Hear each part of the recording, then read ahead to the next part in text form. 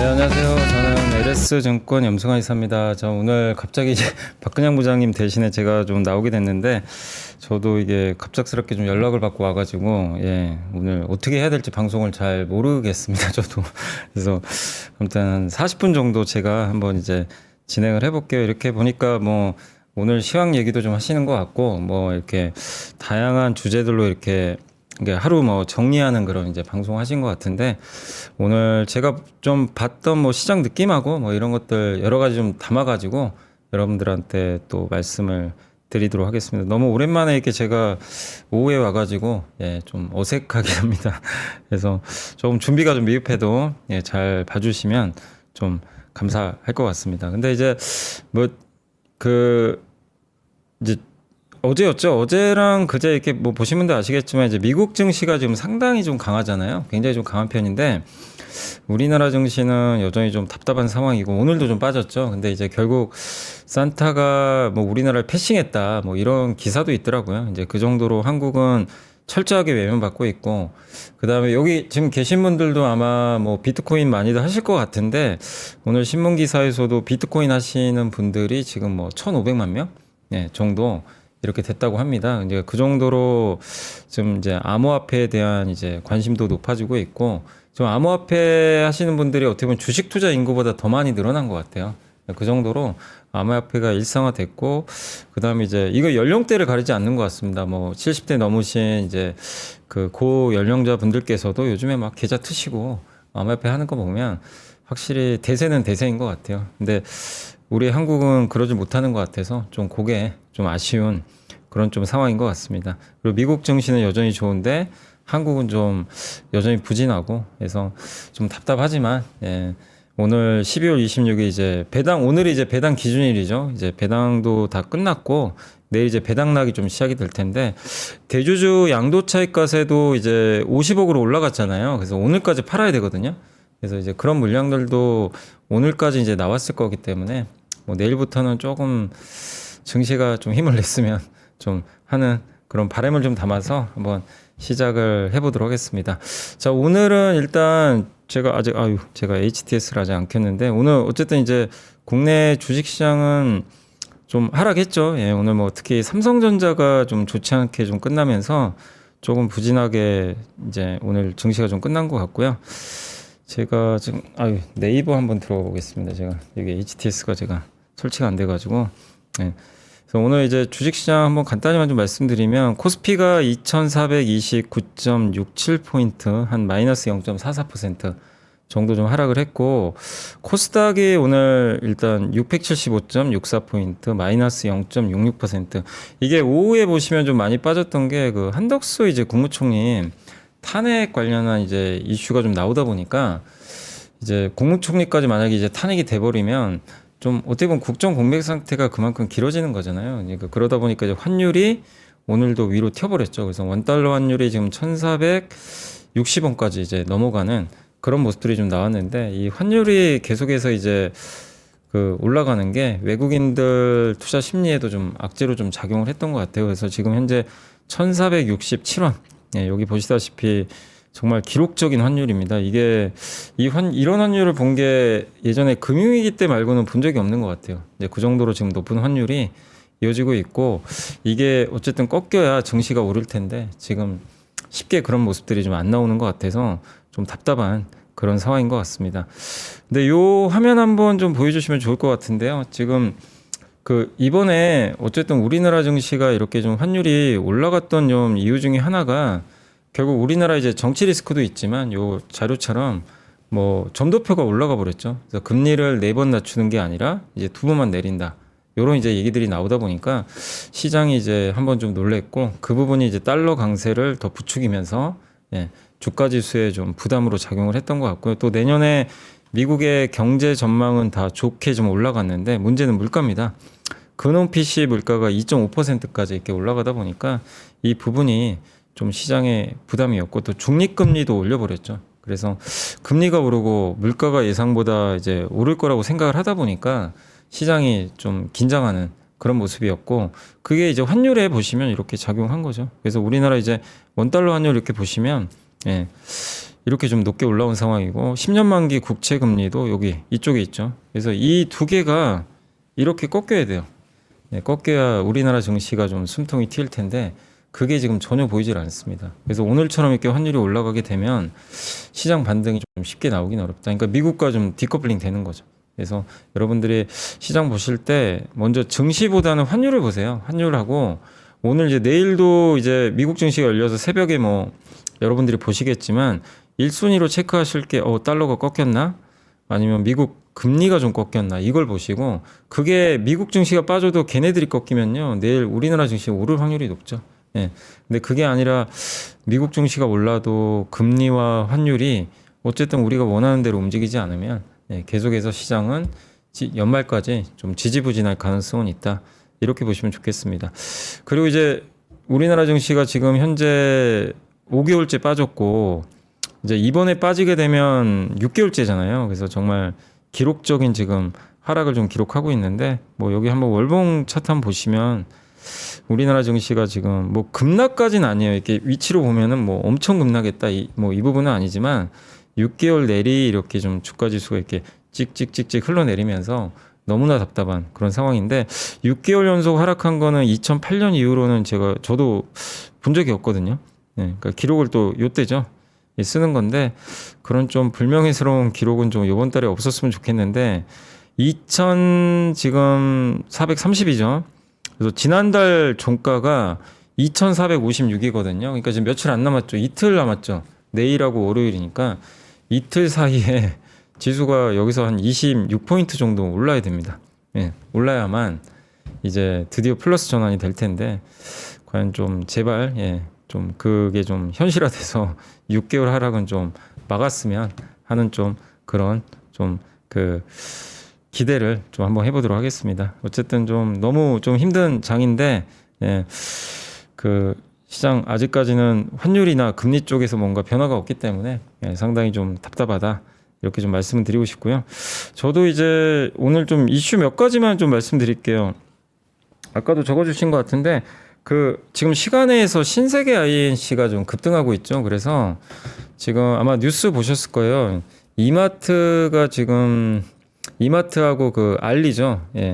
이마트랑 알리가 이제 합작해서 만든다. 뭐 이런 이제 뉴스 속보가 좀 뜬 것 같아요. 그래서 지금 시간의 거래에서 이마트도 급등하고 신세계 INC가 이제 급등을 하고 있는데 이게 모르겠습니다. 네이버나 쿠팡한테는 좀 부담이 될 수도 있겠지만 일단 이마트가 신세계 알리바바랑 이제 손을 잡았다.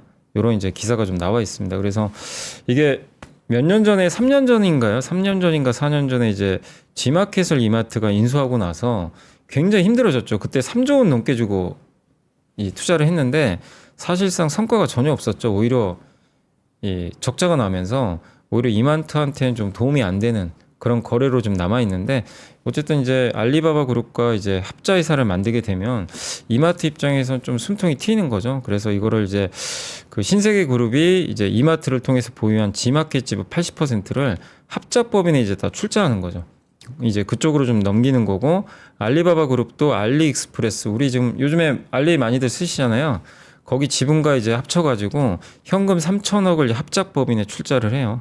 그래서 합작법인의 기업 가치가 한 6조 원 정도 되는 걸로 알려져 있습니다. 그래서 이제 5대5로 이렇게 나눠 갖는 그런 그림 같은데 이 부분이 어쨌든 이제 죽어있던 지마켓 이 가치가 다시 좀 살아나는데 좀 도움이 되지 않겠냐. 그리고 그 지마켓 사용자가 한 달에 한 400만인가 500만으로 제가 알고 있거든요. 제가 좀 틀릴 수도 있습니다. 근데 알리가 한 900만 돼요. 그러니까 물론 그게 합쳐진다고 1,400만 명이 되는 건 아닙니다. 근데 어쨌든 플러스 효과가 생기는 거죠.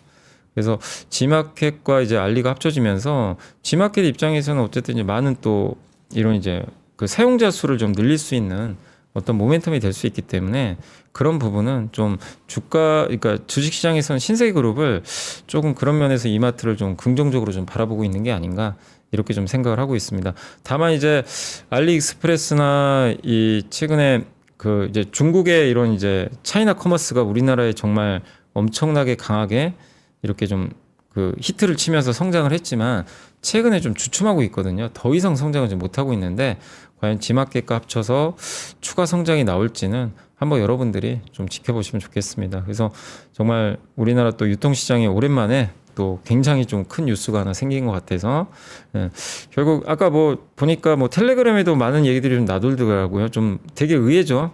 예, 이마트가 중국 회사랑 이걸 한다. 그것도 좀 굉장히 충격적인 뭐 얘기고 거기다가 또 이번에 정영진 회장이 미국 간지 좀 얼마 안 됐잖아요. 트럼프랑 이제 그 환담을 하고 왔는데 그 상황에서 어쨌든 중국 기업과 이렇게 합작법인을 만든 것도 모두가 좀 예상을 하지 못했던 부분인데 어쨌든 시장은 그 주식 시장에서만큼은 예, 이마트나 신세계 INC 주가에는 좀 긍정적으로 작용을 하고 있다. 이렇게 보시면 좋겠습니다. 그리고 내일 네이버 주가도 어떨지 모르겠어요. 네이버나 이제 다른 유통사들 주가는 한번 확인을 해보시면 좀 좋을 것 같습니다. 자, 그리고 이제 가장 이슈가 됐던 게 오늘 뭐 많은 분들이 조선주 갖고 계신 분들은 기분이 좀 되게 좋으실 것 같은데 오늘 조선주는 이 안 좋은 장에도 그냥 연일 급등하고 있거든요. 그래서 섹터 쪽으로도 제일 뭐 오늘 강했던 섹터가 여기 좀 조선주죠. 예, 그래서 오늘 현대중공업이 9.56%, 하나오션이 4.86% 이렇게 이제 급등하는 그런 양상들이 나왔는데, 근데 이게 오늘 오른 거는 한 두 가지 측면으로 보시면 돼요. 첫 번째가 뭐냐면 그 조선은 환율 상승 수혜주입니다. 그래서 이제 결제할 때 대부분 달러로 결제를 하니까 그래서 이 달러 가치가 오르면 오를수록 당연히 돈을 더 많이 받는 그런 구조라고 보시면 되겠고, 특히 환율이 올라가도 이 배를 만들 때 대부분 한국에서 만들잖아요. 한국에서 모든 게 다 내재가 돼 있어요. 이제 그러다 보니까 외부에서 뭐를 비용을 그러니까 뭐 미국에서 뭐 원재료를 수입하는 것도 아니고 대부분 다 국산화가 돼 있기 때문에 이 환율이 오르면서 안 좋은 회사들은 외부에서 뭔가 수입할 때 그때 좀 비용 부담이 증가하잖아요. 근데 이 조선업종 같은 경우는 그런 비중이 거의 없기 때문에 예, 그런 면에서 좀 수혜를 받고 뭐 후판 같은 것도 미국에서 수입하는 게 아니라 일본 아니면 중국 뭐 국내에도 있죠. 그러니까 그런 국가에 수입하기 때문에 달러 강세 효과가 크지가 않습니다.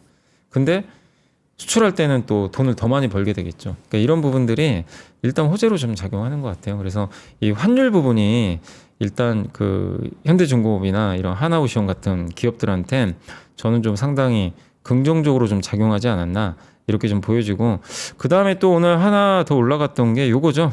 요거 한번 보시면 그 트럼프도 지금 모디도 다 러브콜을 보내고 있어요. 이게 뭐냐면 결국 지금 오늘 나온 뉴스 중에 인도 그 누구더라 인도의 어떤 차관하고요, 인도의 해운사, 인도의 조선사 여기 이제 CEO가 각각 와가지고 12월 초에 한국 현대중공업 울산조선소를 찾아갔대요. 찾아갔는데 거기서 이제 한국 조선소를 한번 다 둘러보고 갔다고 합니다. 삼성 하나도 보고 갔고.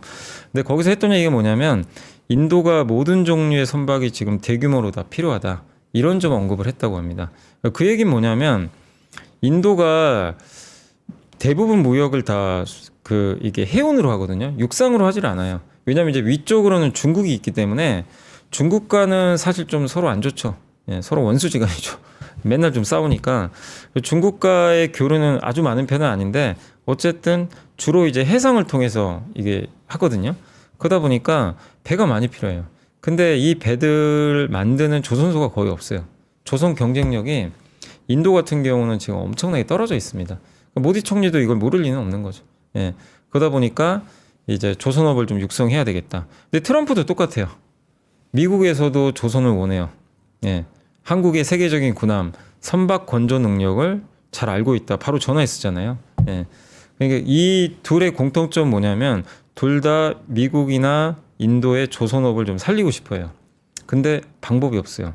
그렇다고 중국에 손을 벌릴 수도 없고 세계 최강의 조선 강국은 한국이기 때문에 한국에 도움이 없으면 할 방법이 없습니다. 그러니까 이것도 결국에 지정학적 리스크가 이런 부분들을 만들어 주는 거죠. 그래서 트럼프는 어쨌든 군함 쪽, 예, 함정 쪽을 좀 원하는 것 같고, 그 다음에 이제 모디 같은 경우는 일반 상선. 그래서 오늘 천척 얘기가 나온 거예요. 신규 상선 천척. 예, 한 척에 얼마입니까? 배가 한 척에 보통 초대형 컨테이너선이 막 2천억 정도 하잖아요. LNG 운반선은 막 3천억, 4천억. 천척이면 저도 계산이 안 되는데 어마어마한 금액이죠. 근데 이거를 뭐 물론 다 한국 조선사가 싹쓸이 하지는 않겠지만 어쨌든 이런 신규 상선 천척 확보를 목표로 조선소를 만들고 그러면 한국 회사들이 거기에 또 진출을 해서 예, 뭐 또 아니면 거기 엔진 회사, 기자재 회사들도 여기에 공급을 할 가능성이 상당히 높기 때문에 이런 부분들이 어쨌든 좀 상당히 우호적으로 작용하는 것 같고, 그 다음에 이거는 이제 앞으로 계속 뭐 있을 수 있는 뭐 이슈 중에 하나지만, 예, 요거죠. 요거 보시면 그 미국의 앞으로 LNG 수출이 좀 많이 늘어날 거예요. 그래서 보시면 왼쪽에 있는 게 이제 오바마 행정부, 이때가 트럼프, 이때가 바이든인데, 이 원유 수출하는 이제 그 어떤 이제 임대한 땅들인데, 보시면 미국이 이렇게 원유를 많이 수출을 했는데 바이든 때는 못했거든요. 근데 트럼프로 넘어가면 어떻게 될까요? 바뀌겠죠. 예. 그러면 저거를 어디로 수출해요? 배로 수출하죠. 그래서 배가 필요한 거죠. 그 트럼프가 유럽에 미국 석유 안 사면 관세 때리겠다. 예. 얘기를 했죠. 자기 SNS에다. 예. 그리고 미국의 조선업을 이제 육성시키는 조선 및 항만 인프라법도 이번에 발의가 됐습니다. 그러니까 이런 부분들이 한국의 지금 조선업에 대해서 긍정적으로 바라볼 수밖에 없는 그런 요인으로 만들고 있는 것 같아요. 그러니까 이런 것들이 하나가 아니라 이렇게 복합적으로 작용하다 보니까 지금 조선주 말고는 우리나라에서 마땅히 좋을 만한 대안이 별로 안 보이는 것 같아요. 그래서 외국인들도 사고 가장 이제 관심이 뜨거운 이 조선주로 수급이 좀 몰리는 게 아닌가, 이런 좀 생각을 하고 있습니다. 그래서 조선주 너무 좀 주가 급등한 부분에 대해서는 여러분들이 그냥 이제 뒤늦게라도 조선주 사볼까 뭐 이런 거는 좀 늦었겠지만, 예, 조선주가 왜 이렇게 좀 잘 올라가는지 그 좀 배경을 좀 명확하게 이해하신다면 이게 뭐 일회성 상승은 좀 아닐 가능성이 높고, 또 조선업종 같은 경우는 실적이 이제 막 좋아지기 시작했잖아요. 그래서 내년하고 내후년까지의 실적이 더 좋아질 가능성이 높기 때문에, 그러니까 숫자와 스토리가 잘 맞을 수 있는 그런 업종으로 여러분들이 한번 생각해 보시면 좀 좋을 것 같습니다. 그래서 조선은 미국이나 인도에 없는 산업이기 때문에 한국에 그만큼 좀 외국인들이 봤을 때는 좀 매력적일 수 있다. 이렇게 좀 여러분들이 한번 생각을 해주시면 또 좋을 것 같습니다. 그래서 이제 조선 얘기까지 좀 해봤고, 그 다음에 오늘 또 하나 이슈가 됐던 것 중에 하나가 그 삼성이 이제 중국의 그 CXMT죠. 예, 중국의 그 CXMT가 수율이 뭐 80%까지 올라왔다. 뭐 이런 얘기들이 좀 일부 있더라고요. 그래서 그게 진짜냐 아니냐 막 이런 이제 논란들은 있는데, 제가 봤을 때는 그 중국의 CXMT가 DDR5라는 그 반도체 있잖아요. 그러니까 이 DDR4가 있고 DDR5가 있는데, DDR5가 이제 첨단 반도체죠. 예, 그래서 뭐 HBM에도 들어가는 게 어떻게 보면 이제 DDR5라고 보시면 되겠는데, 이 반도체를 지금 만드는데 수율이 무려 80%. 예. 근데 삼성이 한 90에서 100% 된대요. 하이닉스가. 그럼 10% 차이밖에 안 나는 거잖아요. 그런 거 보면 너무 이건 좀 저는 개인적으로 좀 과장된 거 아닌가. 중국을 폄하하는 건 아닌데요. 이런 이제 DDR5를 제대로 수율을 끌어올리려면 EUV 장비나 아니면 이제 첨단 뭐 미국의 반도체 장비가 있어야 되거든요. 근데 그런 것들을 제가 알기로는 중국이 공급받기가 어려워요.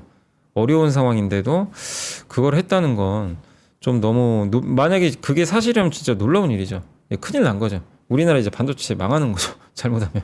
예, 진짜 중국이 그 정도까지 했으면, 아니 장비도 제대로 없는데 80% 수율 나오는 거면 이건 진짜 끔찍한 일이 발생하는 건데, 그게 쉽지는 않을 것 같고, 또 오늘 한 언론 기사에 의하면 그 서울경제신문에 나온 거 보면 그 20%밖에 안 된대요, 수율이. 또 한쪽은. 어느 말이 맞는지는 저도 모르겠습니다. 근데 저는 뭐 20%까지는 아니라 하더라도 80%는 좀 너무 과장된 거 아닌가, 이렇게 좀 개인적으로 생각을 하고 있습니다. 그리고 만약에 그 정도의 수율이 나온다면 미국 정부가 저는 가만히 있을 것 같지는 않아요. 왜냐하면 DDR5는 첨단 반도체거든요. 그러면 미국 입장에서는 CXMT를 규제할 가능성이 굉장히 높아집니다. 예. 근데 아직까지 규제를 안 하고 있잖아요. 여전히 안 하고 있고, 이번에 새로 발표했던 규제에도 CXMT가 빠져 있어요. 미국 입장에서는 물론 이제 미국의 반도체 회사들이 뭐 중국에 수출을 많이 하니까 그 편의를 봐줬다 뭐 이런 얘기도 있지만, 사실 그거보다 바이든 행정부가 우선시하는 건 그거거든요. 미국 기업의 이익도 중요하겠지만 결국엔 중국이 반도체 못하게 막는 게 우선순위예요. 그렇기 때문에 저는 그 의견에는 좀 동의를 하지는 않는 편이고, 근데 만약에 중국이 어쨌든 DDR5에서 뭔가 성과를 낸다면 뭐 규제할 가능성은 충분히 있다고 생각을 하고 있고요. 또 뒤에 트럼프가 또 이제 얼마 안 남았기 때문에 그런 부분에선 뭐 규제할 가능성은 저는 뭐 트럼프가 더 강화된 규제를 할 가능성은 저는 있다고 생각을 하고 있습니다. 그래서 CXMT 때문에 오늘 저는 좀 개인적으로 삼성이 좀 빠졌다고 보거든요. 뭐 80%막 수율 얘기 나오면서. 그래서 그 부분은 조금 우려가 좀 가장됐다, 이렇게 생각을 하고 있습니다. 다만 중국이 어쨌든 지금 많이 쫓아오고 있는 건 사실이니까 이 부분에서 우리나라 기업들이 얼마나 또 달아날 수 있는지 이 부분도 좀 확인을 해보시고, 제일 좋은 거는 미국이 계속 규제해 주는 거예요. 미국이 계속해서 뭐 반도체 장비라든가 CXMT를 그냥 직접적으로 겨냥해서 야, 너 더 이상 그 수출하지 마, 뭐 이런 식으로 규제를 해준다면 가장 좋을 텐데, 그거는 내년 1월 20일 이제 취임하고 나서 우리가 한번 결과를 한 번 더 확인을 해야 될 것 같습니다. 그래서 중국 관련된 그런 이슈가 오늘 좀 있어서 한번 좀 소개를 해드렸고요. 그 다음에 아마 또 오늘 그 이슈가 있었죠. 중국의 그 단체 관광객에 대해서 무비자 하겠다. 그러니까 중국 오늘 그 한덕수 국무총리가 아마 발표한 것 같더라고요. 그래서 이 중국이 아마 요 뉴스죠. 네. 국제사회에 한국 관광 안전 알려야 중국 단체 관광 무비자 적극 검토하겠다. 요 기사가 오늘 하나 나왔거든요. 그래서 오늘 뭐 물론 중국 소비주가 막 이렇게 막 오른 건 아닌데, 중국이 지금 우리가 지금 중국 갈 때 이제 한시적이지만 비자 이제 발급 안 받아도 되잖아요. 중국 갈 때. 그런 것처럼 중국의 단체 관광객이 한국에 올 때 지금 사실 제주도는 무비자로 오고 있거든요. 제주도 말고 이제 뭐 서울 같은 데 올 때도 한시적이지만 무비자를 하게 해주겠다. 그러면 이제 적어도 중국 관광객이 뭐 내년부터는 좀 지금보다 많이 늘어날 수 있고, 또 내년에 10월에 아마 제가 알기로는 경주에서 그 아세안 정상회담인가요? 그게 열리는 걸로 제가 알고 있거든요. 그러면 에이펙 정상회담이 아마 내년 10월에 경주에서 열릴 거예요. 예. 그러면 시진핑 주석이 일단 오는 게 일단 당연하죠. 예. 당연히 올 가능성이 높고, 미국에서도 올 가능성이 높거든요. 그렇게 되면 그 한중 또 정상회담이 열릴 가능성이 높은데, 일단 지난 몇 년간 시진핑이 안 왔잖아요. 한국에. 온다 하는데도 안 왔는데, 이런 거랑 좀 맞물려서 만약에 시진핑이 내년에 진짜로 온다면 중국의 이제 약간 소비주들한테도 약간은 좀 모멘텀이 되지 않겠냐. 여기는 이제 지금 그 누구도 관심 없는 그런 지역 이제 지대인데, 내년에 중국이 어쨌든 1순위로 하려는 게 지금 내수부양이고, 그 다음에 중국과 이런 한국의 관계가 어쨌든 이제 조금씩은 좀 나아지고 있고, 거기에 이런 뭐 비자 면제, 또 한한령까지 해제될지 모르겠어요. 뭐 이런 분위기가 이어지면 뭐 드라마라든가 또 콘서트라든가 이런 것까지 연결 짓게 되면 뭐 엔터주나 드라마 관련주들한텐 또 상당히 또 좋을 수가 있겠죠. 그래서 그런 아이디어들도 한번 여러분들이 고민을 해보시면 또 좋을 것 같아요. 그래서 아직은 조금 뭐 이르긴 하지만 내년에 하나의 좀 아이디어로 이런 부분들도 여러분들이 한번 염두에 두시는 것도 좀 필요하지 않을까라고 일단 말씀을 드리고 싶습니다. 그리고 이제 안 그래도 오늘 뭐 그 뭐죠? 오징어 게임 이제 이미 했죠. 5시에 그 오픈한 것 같은데, 저도 보고 싶은데 뭐 전 주말에 봐야 될 것 같고 볼 시간이 없어가지고. 근데 어쨌든 그 오징어 게임 이제 시즌 2가 이제 오픈이 됐고, 얼마나 인기가 있을지 모르겠지만 어쨌든 뭐 드라마 관련주한테 좀 모멘텀이 될지 한번 여러분들도 지켜보시는 것도 뭐 좋지 않을까, 이렇게 보여집니다. 그리고 이제 배당락이었잖아요. 이제 내일 배당락인데, 오늘까지 주식을 보유하셔야 이제 주식 내년 4월에 배당을 받으실 수가 있거든요. 근데 이거 질문들 되게 많이 하시더라고요. 그래서 그냥 하나만 알려드릴게요. 전자공시에 들어가시면, 물론 이제 오늘까지니까 이미 끝나긴 했는데 기업마다 좀 다릅니다. 뭐가 다르냐면, 어떤 기업은 오늘까지 보유해야 내년 4월에 배당을 주는 기업이 있고, 어떤 기업은 그 오늘 보유해도 배당을 안 주는 기업들도 있어요. 그 기업마다 좀 다르거든요. 그래서 그 하나만 좀 말씀드리면, KB금융지주 하나 좀 보여드릴게요. 여기 이제 전자공시 들어가시면 KB금융지주 여기 이제 한번 여기 화면 보여주세요. 여기 보면 중간에 기타 경영사항이라고 있어요. 그러니까 내가 가지고 있는 기업들 한번 꼭 확인해 보세요. 자율공시라고 여기 돼 있죠. 요거 누르시면 돼요. 요거 누르면 이렇게 뜨거든요. 그럼 배당 기준일이 나옵니다. 근데 예전에는 KB금융지주가 이제 보통 연말에 주주를 확정하거든요. 근데 이번에 바뀌어가지고 언제 공시하냐면요, 2022년 2월 중에 공시를 할 예정이래요. 이 얘기는 뭐죠? 오늘 갖고 있는 거랑 별개란 얘기예요. 내년 2월에 배당 기준일을 그때 가서 알려주겠대요. 그럼 그때 기준으로 갖고 있어야 돼요. 그래야 배당을 받습니다. 그러니까 KB금융은 오늘과 상관이 없는 거죠. 어떻게 보면. 물론 이제 분기말 배당이면 좀 다를 수도 있는데, 그래서 KB금융주주도 그렇고 아마 현대차도 그럴 거예요. 현대차도 제가 알기로는 그 내년에 아마 이제 배당을 이제 주주 명부를 확정하는 걸로 저도 이제 알고 있는데 한번 볼까요? 현대자동차도 지금 배당 기준일 변경 안내가 돼 있죠. 여기 보시면. 그래서 결산기 말에 주식을 보유해도 배당 기준일에 주식을 보유하지 않으면 배당이 지급되지 않으니 유의하시기 바랍니다. 그래서 배당 기준일을 변경했다. 이렇게 좀 나와 있습니다. 그래서 나중에 따로 공시를 할 거예요. 근데 이제 이런 기업들이 있죠. 제일기획 같은 경우는 예정대로 오늘 갖고 계셨어야 돼요. 제일기획은 그게 없어요. 그러니까 제일기획을 내가 갖고 있으면 오늘 갖고 계신 분들만 이제 내년 4월에 배당을 좀 받을 수가 있다. 이렇게 확인을 하시면 좋겠습니다. 가장 좋은 건 뭐 회사에 전화하셔도 되는데 이런 식으로 한번 확인해 보시면 좋을 것 같아요. 최근에 제가 좀 이 질문을 좀 가장 많이 받아가지고 한번 좀 오늘 또 이 배당 기준일이라서 한 번 더 제가 설명을 드려봤으니까 여러분들 또 참고하시면 좀 좋을 것 같습니다. 그리고 이제 오늘 또 주가 좀 이렇게 올라갔던 이제 업종 중에서 가장 대표적인 게 로봇주들이 오랜만에 좀 오늘 좀 오르는 모습들이 좀 나오긴 했는데 올해 좀 로봇주들 별로 안 좋았잖아요. 뭐 로봇주들도 뭐 이렇게 좋아하시는 분들 굉장히 많으신데 오픈 AI가 뭐 로봇 관련된 뭐 이슈가 좀 있었던 것 같더라고요. 그래서 뭐 AI 뭐 주요 기업 중에 하나지만 뭐 로봇 투자 얘기도 좀 있었던 것 같고 또 보스턴 다이내믹스인가요? 그 이제 현대차의 로봇 자회사죠.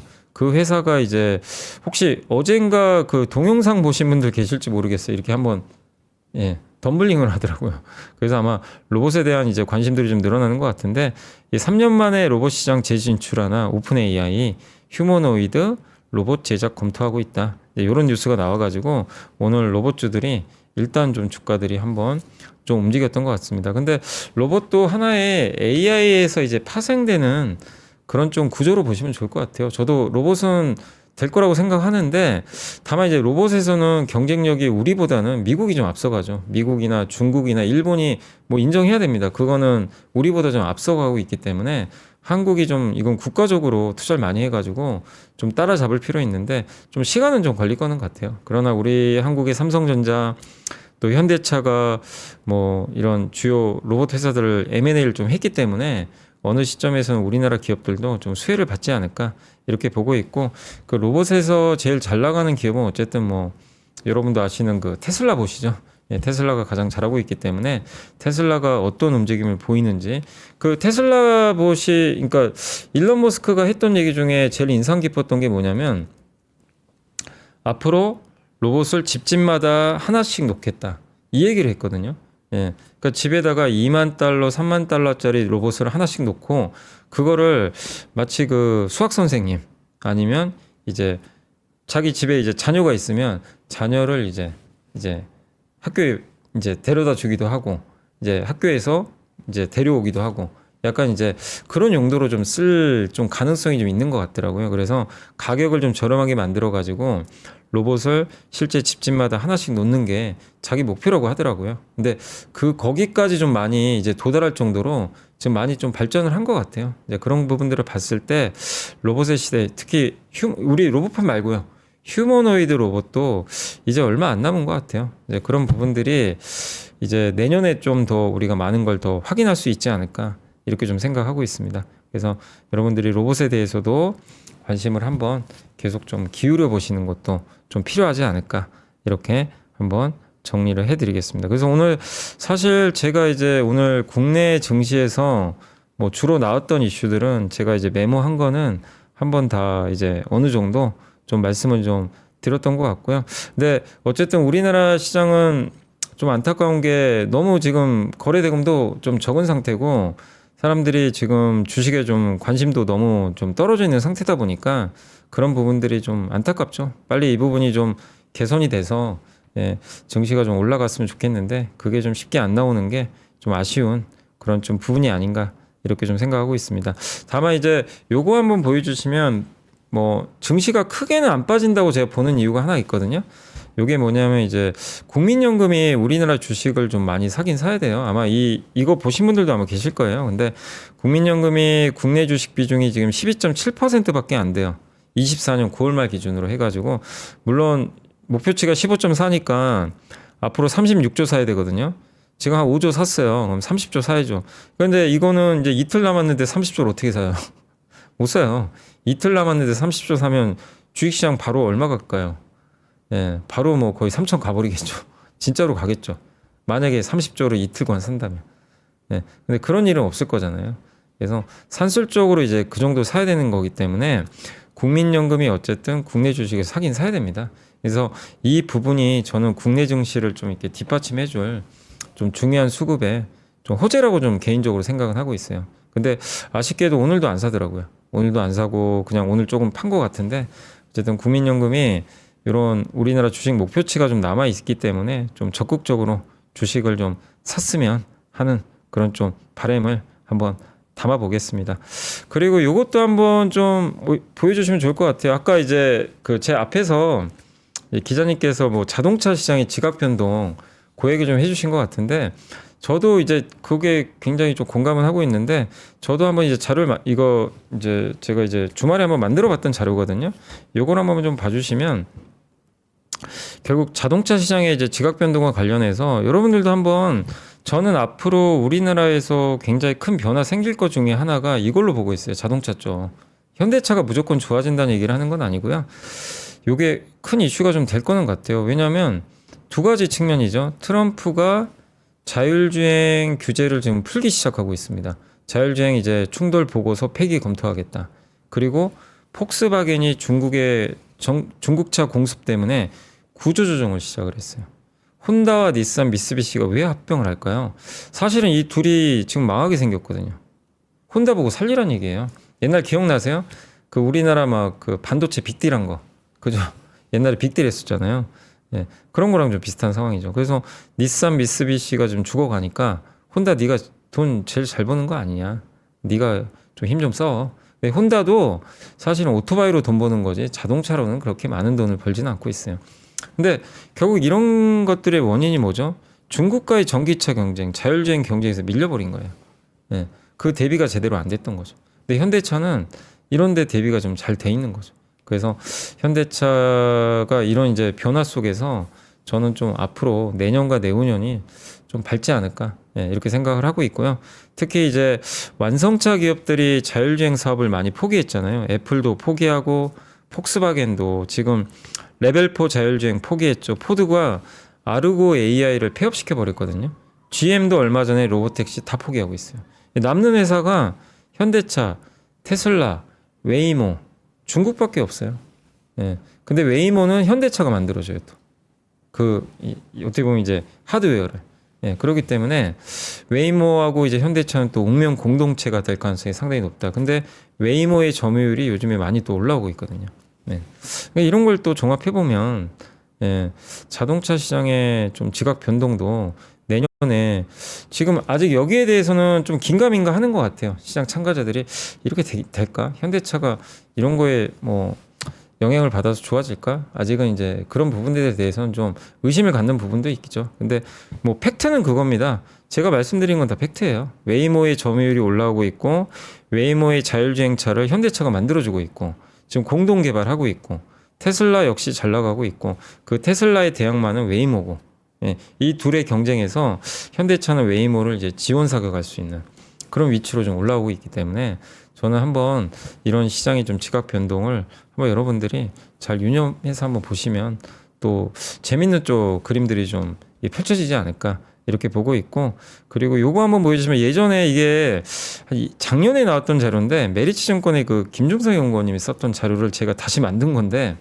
저는 작년에 이 의견에 되게 공감을 했거든요. 근데 이게 좀 빨랐죠 생각보다. 근데 보시면 지금 이게 피처폰하고 이게 오버랩 되지 않으세요? 피처폰.